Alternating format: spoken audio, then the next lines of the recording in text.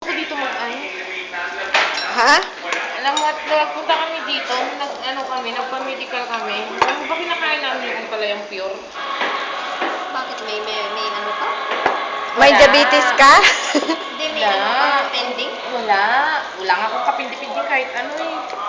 Ang gusto lang ng nanay, gusto lang ng ano namin, yun sure ba? Wala ba kayong serving spoon? Maarte ang lokal. Kasi nakakahiya naman sa mga kasamahan ko. Okay, ano pangalan mo te? Siya. Siya. Call her siya.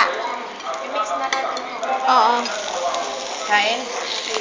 Hey, Los! Dumaan ka lang. Adik talaga.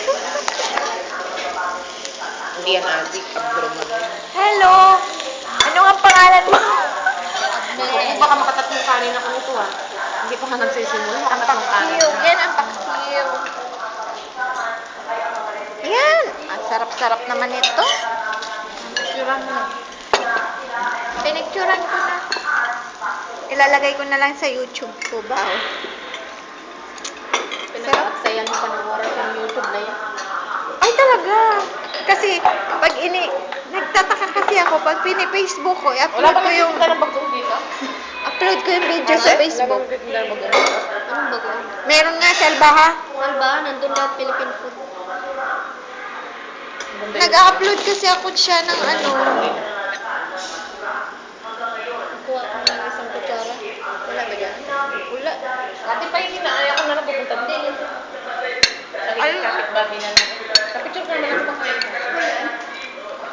Kapicture ka naman tayo. Picturean mo daw kami. Habang kumakain. Pwede ate? Sige. Nang kumakain, adik itong dalawa na to eh. Adik talaga sa picture. Sige pa, isa pa. Isa pa ate. Isa pa ate. 1, 2, 3. Ayun po.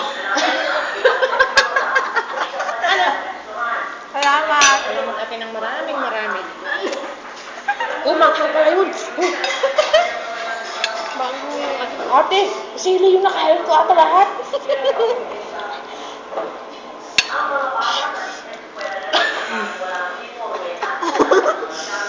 Ay, bulang ko.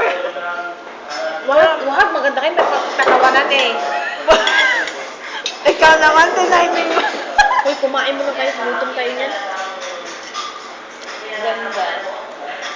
Burahin mo yan, buruha ka. Hindi maganda yung kasi ano eh, para may naman ano, may pagkakulang ba? Gusto niya eh, nakasuot siya. Ang ganda nun din. Kumain na tayo.